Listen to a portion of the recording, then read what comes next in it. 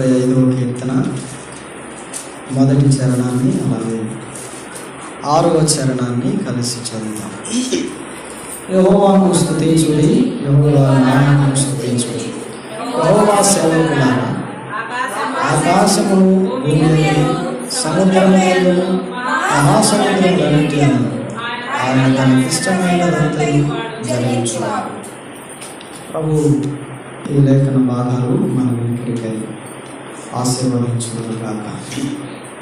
ప్రభునందు ప్రియులారా, పరిశుద్ధ గ్రంథంలో మనం ఈ ఉదయకాలం ప్రభువుని జ్ఞాపకం చేసుకోవడానికి, ఆయనను ఆత్మతో సత్యముతో ఆరాధించడానికి ప్రభువు మనకు అనుగ్రహించిన ఈ చక్కని శ్రేష్టమైనటువంటి సమయంలో ప్రభువుని మనం ఘనపరుస్తుండగా, మన ఆరాధికుడైన ప్రభు ఆయన ఏమై ఉన్నాడు అనే సంగతులను లేఖనముల ద్వారా మనము జ్ఞాపకం చేసుకుంటూ ఉన్నాం.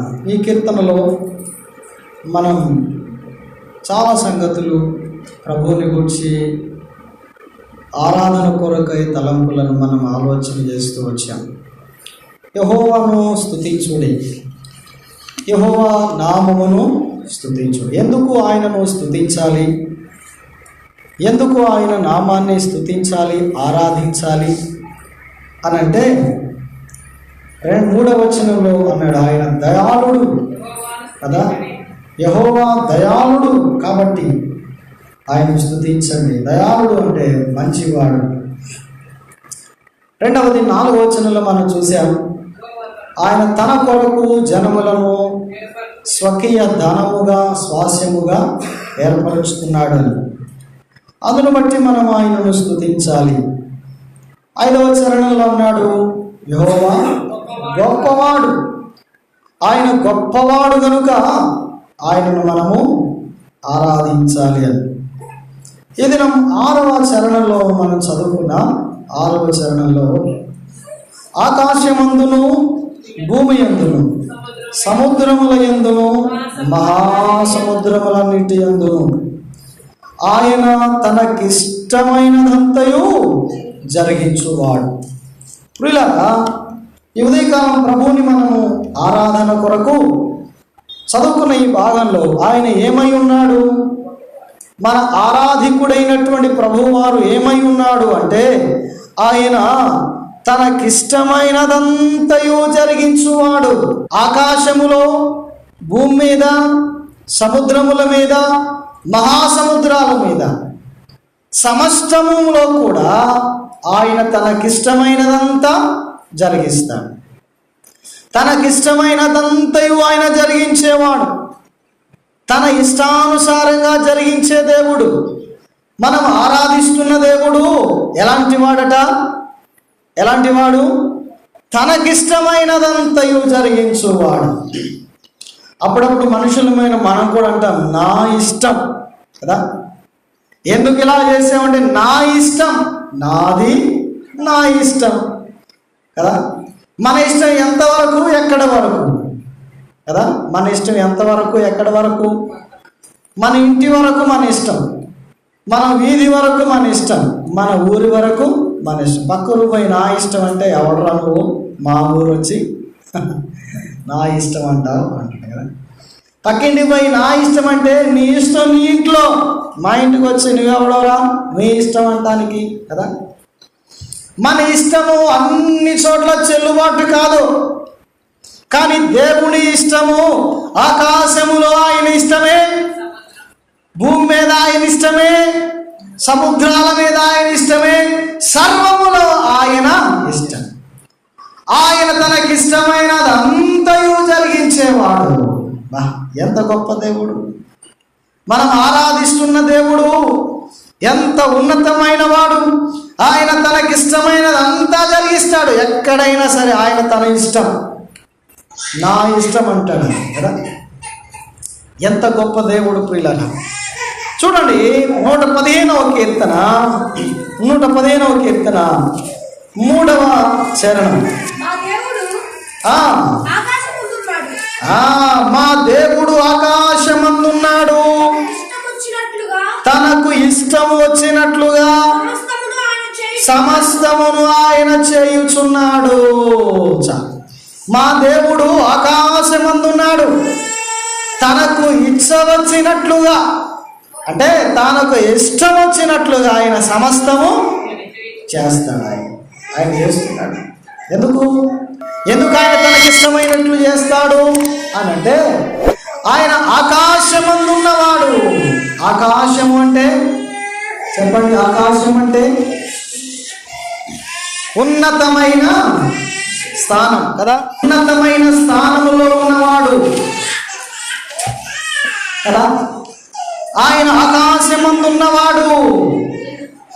అందుచేత ఆయన తనకిష్టమైనదంతయు జరిగించేవాడు. తనకిష్టమైనదంతయు ఆయన జరిగిస్తున్నాడు. ప్రియులారా, మనం ఆరాధించేటువంటి దేవుడు సృష్టికర్త కదా. ఆకాశమందున్నాడు, ఉన్నతమైన స్థానంలో ఉన్నాడు, గొప్పవాడు. ఆకాశము నా సింహాసనం, భూమి నా పాదపీఠము అని సెలవిచ్చాడు ఆయన. ఆకాశ సింహాసనం మీద ఆయన ఆసీనుడై ఉంటే ఈ భూమి మీద ఆయన పాదములను మోపినవాడు. అందుచేత ఆకాశ సింహాసనాసీనుడై ఉన్నటువంటి ప్రభు తనకిష్టమైనదంతయు, ఎందుకు ఆయన తనకిష్టమైనది జరిగిస్తాడో మరొక వచనాన్ని చూద్దాం. 96వ కీర్తన 5వ చరణం. 96 5వ చరణం. జనముల దేవతలందరూ వట్టి విగ్రహములే, యెహోవా ఆకాశ విశాలాన్ని సృజించిన వాడు. ఎందుకు ఆయన తనకిష్టమైనదంతా చేస్తాడు? ఈ భూమి మీద ఆయన ఎక్కడైనానో తన ఇష్టాన్ని జరిగించగలిగిన వాడు, నెరవేర్చగలిగిన వాడు, తనకిష్టమైనదంతయు చేసేవాడు. ఎంత గొప్ప దేవుడు! ఎందుకంటే ఆయనట ఇదిగో మిగతా వాళ్ళలాగా కాదు. అది సమస్త దేవతలు వట్టి విగ్రహాల వంటివే, కానీ ఈయనైతే ఆకాశములను సృజించినవాడు. ఎందుకు ఆయన తనకిష్టమైనదంతా చేస్తాడు అంటే, ఆయన సృజించినవాడు, సృష్టికర్త. ఆకాశ మహాకాశాలను కలుగజేసినవాడు. ఈ భాగంలో మనం ఆలోచన చేస్తే తనకిష్టమైనదంతయు ఎందుకు ఆయన జరిగిస్తాడు అంటే, ఎందుకంటే ఆయన సృజించినవాడు, సృష్టికర్త. ఈ 96వ కీర్తన 5వ వచనంలో జనముల దేవతలందరూ వట్టి విగ్రహాలే గాని యెహోవా ఆకాశ విశాలమును సృజించినవాడు. సృష్టించిన దాని మీద చెప్పండి ఏముంటది? కలుగ చేయబడినది కలుగ చేసిన వానికి లోబడాలి. అందుకనే వాక్యం ఎలా సెలవిస్తుంది కదా, కుమ్మరి వానిని కుండ ప్రశ్నించదగునా, నన్నెందుకు ఇలాగు రూపించిన వానిని కదా, రూపింపబడినది రూపించిన వానిని ప్రశ్నించదగునా అంటే దేవుడు సృష్టికర్త, రూపించువాడు, కలుగజేసేవాడు. కలుగజేయబడినది, సృష్టించబడినది నన్నెందుకు ఇలాగూ చేశావని ప్రశ్నించడానికి వీలు లేదు. అందుచేత ఆయన సృష్టికర్త కాబట్టి సమస్త సృష్టిలో కూడా తన ఇష్టాన్ని ఆయన జరిగిస్తాడు. అర్థం కావడానికి ఇలా జ్ఞాపకం చేసుకుందాం. ఎందుకు ఆయన తన ఇష్టమైనదంతా జరిగిస్తాడు? మిగతా వాళ్ళు ఎందుకు చేయలేరు? ఈ లోకంలో దేవుళ్ళు దేవతలు అనబడిన వాళ్ళు చాలామంది ఉన్నారు కదా, కానీ ఈయన అంటాడు నాకు ఇష్టం వచ్చినట్లుగా చేస్తాను. ఎందుకంటే ఈయన సమస్త విశ్వాన్ని, మనుషులను కూడా సృజించినవాడు కదా, సృష్టికర్త. కానీ జనముల దేవతలు ఉన్నారే, వారు మనుషుల చేత సృష్టించబడిన వాళ్ళు, మనుషుల చేత సృజింపబడ్డాయి గనుక అవి వట్టి విగ్రహాలే. వాటికి స్వచిత్తము లేదు, వాటి ఇష్టం లేదు. దేవుడైనటువంటి యెహోవా దావీదుకు, సొలొమోనుకు చెప్పాడు, నా నామ ఘనత కొరకు ఇదిగో నాకు మందిరమును కట్టింపవలెను. ఎవరు కట్టించాలో, ఎవరు కట్టాలో, ఎక్కడ కట్టాలో, ఎలా కట్టాలో ఆయన దానిని గురించి చెప్పాడు కదా. నా నామం ఉండడానికి, నేను ఉండడానికి అని. మరి మనుషుల చేత సృజించబడినవి అవి తమ స్థానాలు అవి నిర్ణయించుకోవడానికి వాటికి శక్తి లేదు. మనుషులు ఎక్కడ పెడితే అక్కడ, నువ్వు ఇక్కడ ఉండాలి, ఈ కొండ మీద ఉండాలంటే కొండ మీద కదా, ఈ చెట్టు మీద ఉండాలంటే చెట్టు మీద, ఈ రోడ్డు పక్కన ఉండాలంటే అంతే. మనుషులు ఎక్కడ పెడితే అక్కడ, ఎక్కడ ఉండాలని నిర్ణయిస్తే అక్కడ వాటికి స్వచిత్తము లేదు.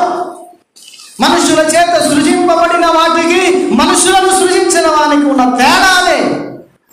ఆయన తన సొంత చిత్తాన్ని తనకిష్టం వచ్చినట్లుగా చేయగలడు, కానీ జనముల దేవతలు తమకిష్టం వచ్చినట్లుగా చేయలేవు. మన ఇష్టం వచ్చినట్లుగా చేస్తాయి. మనుషులు తమకిష్టం వచ్చినట్లుగా, ఆడు అంటే ఆడాలి, పాడు అంటే పాడాలి కదా, ఇది చెయ్యి అంటే అది చెయ్యాలి మనుషుల ఇష్టానుసారంగా. ఈరోజు నీకు పూజలు ఆరాధనలు చేయడానికి వీల్లేదు, గ్రహణం పట్టింది తలుపేసేస్తామంటే చచ్చినట్టు లోపల ఉండాలంతే. ఒరే దేవునికి గ్రహణం ఏంట్రా, నాకేం గ్రహణం పట్టిందో తలుపు తీయండిరా అంటే కుదరదు. గ్రహణం వీడేదాకా నువ్వు లోపల ఉండాల్సిందే అంతే. మనుషుల ఇష్టం వచ్చినట్లు అదవుతుందా? మనం ఆరాధించే దేవుడు అట్లాంటి వాడు కాదు. తను ఎట్లా ఆరాధించాలో ఆయనే చెప్తాడు. ఆయన తన ఇష్టం, తనకిష్టం వచ్చినట్లు ఆరాధించాలి, కానీ నీ ఇష్టం నా ఇష్టం కాదు. నా ఇష్టం వచ్చినట్లు నేను ఆరాధిస్తాను, నాకు నచ్చినట్లు చేస్తానంటే కుదరదు. ఆయన తనకిష్టం వచ్చినట్లు ఎట్లా ఆరాధించాలో చెప్పాడు ఆయన. ఆకాశములో కానీ, భూమి మీద కానీ, సముద్ర దిగంతాల్లో కానీ ఎక్కడైనా ఆయన అంటాడు నా ఇష్టం కదా. ఆయన తన ఇష్టం వచ్చినట్లుగా సమస్తము జరిగించేవాడు. ఎందుకంటే ఆయన సృష్టికర్త, సృజించినవాడు. చూడండి, దానియేలు గ్రంథంలో 4వ అధ్యాయం, దానియేలు గ్రంథం 4వ అధ్యాయం 35వ వచనం. భూనివాసులందరూ ఆయన దృష్టికి ఎన్నికకు రానివారు, ఆయన పరలోక సేనల ఎడలను భూనివాసుల ఎడలను తన చిత్తము చొప్పున జరిగించువాడు. ఆయన చేయి పట్టుకొని నీవేమి చేస్తున్నావు అని ఆయనతో చెప్పుటకు ఎవడు సమర్థుడు కాడు. ఎంత అద్భుతమో చూడండి. ఈ మాట చెప్తుంది ఎవరంటే, ఒక అన్యుడు నెబుకద్నెజరు రాజు, బబులోను చక్రవర్తి బుద్ధి వచ్చిన తర్వాత ఈ మాట చెప్తున్నాడు. 7 సంవత్సరాల పాటు గడ్డి మేశాడు గర్వించడాన్ని బట్టి. వెర్రదీగాడు, గర్వం ఇదంతా నా వల్లనే అనుకున్నాడు. దేవుడు ఓరిని గర్వం ఎట్లా ఉందా, గడ్డి మేస్తావు పో 7 ఏళ్ళు అన్నాడు. 7 సంవత్సరాలు పశువులాగా గడ్డి వేశాడు, మంచుకు దడిశాడు, వానకు దడిశాడు, ఎండకు ఎండాడు, పశువు లాగా మారాడు. బుద్ధి వచ్చింది, లెంపలేసుకున్నాడు, మళ్ళీ మనిషిగా చేసి రాజ్యం ఇస్తే అప్పుడు అంటాడు, అయ్య బాబోయ్, భూనివాసులు అందరూ ఆయన దృష్టికి ఎన్నిక రానివారు, లెక్కలేదు. అమ్మో, ఆయన దృష్టిలో ఎంత భూనివాసులు, భూలోక మనుషులు. ఆయన తలుసుకుంటే మనుషులను గడ్డి వేసేటట్లు చేస్తాడు, సామాన్యుడు కాదు. ఆయన దృష్టికి భూలోకంలో మనుషులు ఎన్నికరారు. ఆయన పరలోక సేనల ఎడల, భూనివాసుల ఎడల తన చిత్తము చొప్పున జరిగించువాడు. ఆకాశమందు, పరలోకమందు, భూమి యందు సమస్తములో మనుషులందరి మీద ఆయన తన ఇష్టాన్ని జరిగించుకుంటాడు. తన ఇష్టము చొప్పున ఆయన జరిగించుకుంటాడు అని చెప్తున్నాడు. అర్థమైంది కదా? అలాగూ జరిగించుకుంటాడు అంటూ ఎవడైనా ఆయన తన ఇష్టం వచ్చినట్లు చేస్తుంటే ఆయన చేయి పట్టుకొని, ఏంటి నువ్వు చేసేది, అసలు ఏంటి నువ్వు చేసే పని ఏంటి అని అడగడానికి ఎవనికి సామర్థ్యము లేదు, సమర్థత లేదట. అలాగూ అడిగే సమర్థుడు ఎవ్వడు లేడు. ఎందుకు? ఆఫ్టర్ ఆల్ మనమేమంటాం? మన ఇంట్లో మన ఇష్టం చెల్లే వాళ్ళమే నా ఇష్టం అంటాం కదా. పక్కింట్లో చెల్లదు మన ఇష్టం, నా ఇష్టం అంటామే. నా ఇష్టం నువ్వెవరు చెప్పడానికి? నాకు ఆయన చెప్పడానికి ఎవరు మనం కదా. ఆయన చేత సృజింపబడినవా ఈ విశ్వమంతా, భూమి ఆకాశములు అందులోని సమస్తము ఆయన నోటి వాక్కు మూలంగా కలిగాయే. ఏవి ఆయనను ప్రశ్నిస్తాడు? రూపించబడినది ఏదైనా రూపించిన వారిని ప్రశ్నించ తగునా? ఎందుకు ఇలాగ చేస్తున్నావు, నీ ఇష్టం వచ్చినట్లు ఎందుకు చేస్తున్నావు అని ప్రశ్నించడానికి సామర్థ్యమే మనకి లేదు. చాలా మంది కదా మనుషుల చేత చేయబడిన వాటి మీద అజమాయిషీ చేసినట్లుగా సృష్టికర్త అయిన దేవుని మీద కూడా అజమాయిషీ చేయడానికి ప్రయత్నిస్తున్నారు. దేవుడు అనేవాడు ఇలా ఉండాలి, దేవుడు అనేవాడు ఇలాగ చేయాలి, దేవుడు అట్లా ఉండాలి, ఇట్లా చేయాలి అని దేవుని ఇష్టాన్ని తొక్కి పట్టడానికి, మనుషుల ఇష్టాన్ని చలాయించడానికి ప్రయత్నిస్తున్నాడు. ఆయన అంటాడు, ఎవడు కదా, నీవెవడు? నన్ను ప్రశ్నించే సామర్థ్యం నీకెక్కడిది? ఆయన తనకిష్టం వచ్చినట్లుగా జరిగిస్తాడు కదా, తనకిష్టమైనట్లు ఆయన జరిగించువాడు. నెబుకద్నెజర్ అంటున్నాడు, ఒక అన్యుడైన రాజు గర్వించాడు, గట్టి వేశాడు, బుద్ధి వచ్చింది, ఇప్పుడు లెంపలేసుకుని అంటాడు ఆయన తనకిష్టం వచ్చినట్లు చేస్తాడు. అందరం ఎక్కిస్తాడు, అవసరమైతే అదో పాతాళానికి తొక్కేస్తాడు, అప్పగిస్తాడు, అధికారం ఇస్తాడు, లేకుంటే అవసరమైతే గడ్డైనా తినిపిస్తాడు. ఆయన తనకిష్టమైనట్లు చేస్తాడు కదా. ఎవరు ప్రశ్నించగలరు ఆయన? అందుకనే మనం ఆరాధించే దేవుడు ఎట్లాంటి వాడు? ఎలాంటి వాడు? తనకిష్టమైనట్లు జరిగించువాడు, స్వచిత్తము కలిగిన వాడు, ఇంకొకరి చిత్తం మీద ఆలోచన మీద ఆధారపడేవాడు కాదు. దేవుడా నువ్వు ఇట్లా చేస్తే బాగుండేది, ఇలా చేయకుండా అని ఎవడు ఆయనకు సలహా ఇస్తాడు చెప్పండి? తనకిష్టమైనదంతయు జరిగించాడు. ఇలాగ చెప్పుకుంటే ఆయన తన ఇష్టాన్ని బట్టి కదా. పాపం చేసిన ప్రతివాడు, పాత నిబంధనలు ఏముంది? పాపం చేసిన ప్రతివాడు మరణమునకు పాత్ర, మరణానికి అప్పగించాడు. తన ఇష్టం. ఎవరు అడగడం? పాపం వల్ల వచ్చు జీతం మరణం, ఆయన ఇష్టం. ఈ పండు తిను దినమును నిశ్చయముగా చస్తావు, అది ఆయన ఇష్టం. పాపం చేయడం నా ఇష్టం, నేను పాపం చేస్తాను అన్నాడు కదా. ఇదిగో రెండు మార్గాలు ఇచ్చాడు, మంచి మార్గం, చెడ్డది. జీవ మార్గం నాశనానికి పోయే మార్గం, శాపం ఆశీర్వాదం.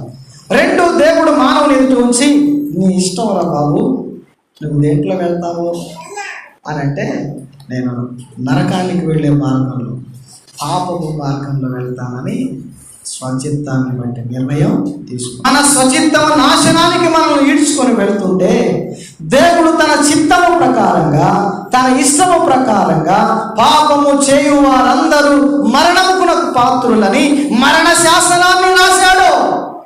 ఆయన ఇష్టం, అది ఆయన ఇష్టం. ఆ మరణ శాసనమునకు అందరూ పాత్రులై ఉంటే ప్రేమగల దేవుడు, కృపగల దేవుడు తన ఇష్టాన్ని అంటుంటాం కదా. నిన్న ఒక మాట చెప్పావే, మళ్ళీ ఈరోజు ఇంతలోనే మాట మార్చామంటే నా ఇష్టం అనలేదా? ఎన్నిసార్లు అనలేదు మనం? నేనంటే అన్నాను, ఇప్పుడు ఇలాగ అంటున్నాను, నా ఇష్టం. మన ఇంట్లో వాళ్ళకే చెల్లే మన ఇష్టానికి మనం అంతగా ఎగిరిపోతుంటే, దేవుడు భూమి మీద, ఆకాశం మీద, సమస్తం మీద ఆయన తన ఇష్టాన్ని జరిగించడా? మరణ శాసనమును రాసిన వాడే ఇప్పుడు అంటాడు కదా, మరణ శాసనము రాసి మానవాళంతటిని మరణమునకు పాత్రగా చేసిన వాడు తన ఇష్టము చొప్పున ఏం చేశాడో తెలుసునా? గలతీ పత్రిక మొదటి అధ్యాయం 4వ వచనం. మన తండ్రి అయిన దేవుని చిత్తం కదా, దేవుని చిత్త ప్రకారము క్రీస్తు మనలను ప్రస్తుతపు ఈ పుస్తకాలములో నుండి విమోచింపవలెనని మన పాపముల నిమిత్తము తను తాను అప్పగించుకు బా ఎంత అద్భుతం! తన ఇష్టం వచ్చినట్లు జరిగించే దేవుడు ఏం చేస్తున్నాడట? తండ్రి అయిన దేవుని చిత్త ప్రకారం ఇదిగో ఈ దుష్ట కాలంలో నుండి మనలను విమోచించడం కొరకు తన కుమారుని యేసుక్రీస్తుని లోకానికి పంపి మన పాపముల కొరకైన ప్రాయశ్చిత్తార్థంగా ఆయన మన పాపముల నిమిత్తం మనల్ని విమోచించడం కొరకు మరణ శాసనము చేత మరణానికి పాత్రులమైన మనలను విమోచించడం కొరకు దేవుడు తన చిత్త ప్రకారము తన కుమారుడైన యేసుక్రీస్తుని లోకానికి పంపి ఆయన యందు మన పాపమునకు శిక్ష విధించాడు.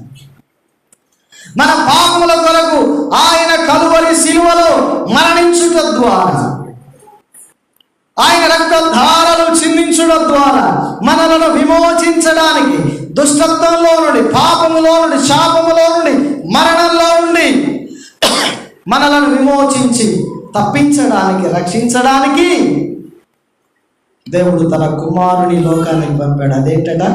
ఆయన చిత్తం, ఆయన ఇష్టం. శిక్షకు పాత్రులుగా మరణానికి అప్పగించిన వాడే మరణము నుండి విమోచించడానికి ఇష్టపడ్డాడు. ఆయన ఇష్టం.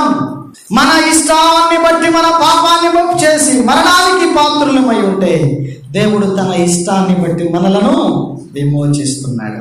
ఎంత గొప్ప దేవుడు ఆయన! యోహాను పత్రికలు, మొదటి పత్రిక 4వ అధ్యాయం ఉంటుంది కదా, మనము ఆయనను ప్రేమించితిమని కాదు. అంటే మనం ఆయన ప్రేమించడం అంటే ఆయన ఇష్టపడినందుకు కాదు, ఆయనే మొదట మనలను ప్రేమించాడు. ఆయనే మనల్ని ఇష్టపడ్డాడు. మనం ఆయన ఇష్టపడి కాదు, ఆయనే మనల్ని ఇష్టపడి మన పాపములకు ప్రాయశ్చిత్తముగా తన కుమారుని లోకానికి పంపించాడు.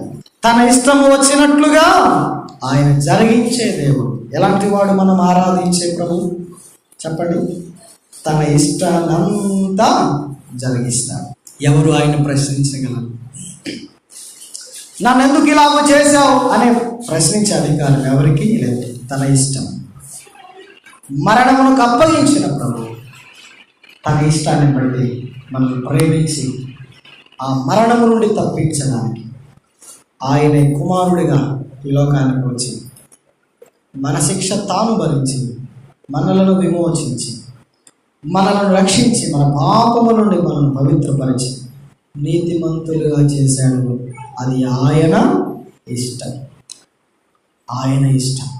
అట్లయితే ఈరోజు నీవు నేను ఆయన పాద సన్నిధిలో ఆయన తన స్వరక్తం ఇచ్చి సంపాదించుకున్న ఈ సంఘంలో, ఈ మందిరంలో మనం చేరి ఆయనను ఆరాధించగలుగుతున్నాము అంటే, ఆయనను పూజించగలుగుతున్నాము అంటే అది ఆయన ఇష్టం కదా, ఆయన చిత్తం. తెస్సలోనిక పత్రికలు అంటాడు, కృతజ్ఞతాస్తుతులు చెల్లించండి ప్రతి విషయంలో. ఇలా చేయడం యేసుక్రీస్తునందు దేవుని చిత్తం, ఆయన చిత్తం. ఆయన ఆరాధించడం ఆయన చిత్తం, ఆయనను కొనియాడడం ఆయన చిత్తం. స్వచిత్తము కలిగిన దేవుడు ఆయన అంటాడు, నన్ను జ్ఞాపకము చేసుకోవడం కొరకు మీరు దీనిని చెయ్యండి. ఇది ఆయన చిత్తం, ఆయన ఇష్టం. అందుచేత ఆయన ఇష్టమును బట్టి రక్షించబడిన మనం ఆయన పాదాల దగ్గర ఆయన ఆత్మతో సత్యముతో ఆరాధించడానికి ఈ గొప్ప భాగ్యం, ఈ గొప్ప రక్షణ మనకిచ్చాడు. అవ్వా, నీ చిత్తమును బట్టి, నీ ఇష్టాన్ని బట్టి నీవు నన్ను రక్షించావు, నేను ఆరాధించే బిడ్డగా నన్ను చేశావు. నీవు స్వచిత్తం గలవాడవు, నీకు ఇష్టమైనదంతయు నీవు జరిగించువాడవు అంటూ ప్రభువునకు నిండు మనసుతో మనం కృతజ్ఞతాస్తుతులను ఆయనకు సమర్పించుకుందాము. ఈ వీడియో మీకు నచ్చినట్లయితే లైక్ చేయండి మరియు షేర్ చేయండి. సబ్స్క్రైబ్ చేయడం మాత్రం మర్చిపోకండి. సబ్స్క్రైబ్ బటన్ పక్కనే ఉన్నటువంటి గంట సింబల్ కూడా మీరు నొక్కండి. అప్పుడు మాత్రమే మేము అప్లోడ్ చేసే ప్రతి కొత్త వీడియో నోటిఫికేషన్ ద్వారా మీకు అందుతుంది. Thank you for watching.